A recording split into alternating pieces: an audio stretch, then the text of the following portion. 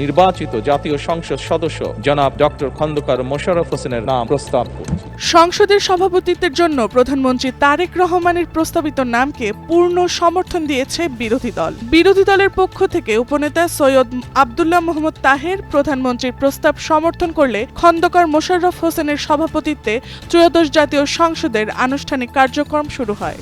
বৃহস্পতিবার সকাল 11টায় পবিত্র কুরআন তেলাওয়াতের মধ্য দিয়ে ত্রয়োদশ জাতীয় সংসদের প্রধান অধিবেশন শুরু হয়। তেলাওয়াত শেষে সংসদ নেতা ও প্রধানমন্ত্রী তারেক রহমান অধিবেশনে সভাপতিত্বের জন্য জ্যেষ্ঠ নেতা খন্দকার মোশাররফ হোসেনের নাম প্রস্তাব করেন। পরে বিরোধী দলের পক্ষ থেকে সেই প্রস্তাবের সমর্থন জানানো হয়। এই অধিবেশনেই নতুন স্পিকার ও ডেপুটি স্পিকার নির্বাচন করা হবে। পাশাপাশি 5 সদস্যের সভাপতিমণ্ডলীর সদস্য মনোনয়ন, শোক প্রস্তাব উত্থাপন এবং অন্তর্বর্তী সরকারের সময় জারি করা বিভিন্ন অধ্যাদেশ উপস্থাপন করা হবে।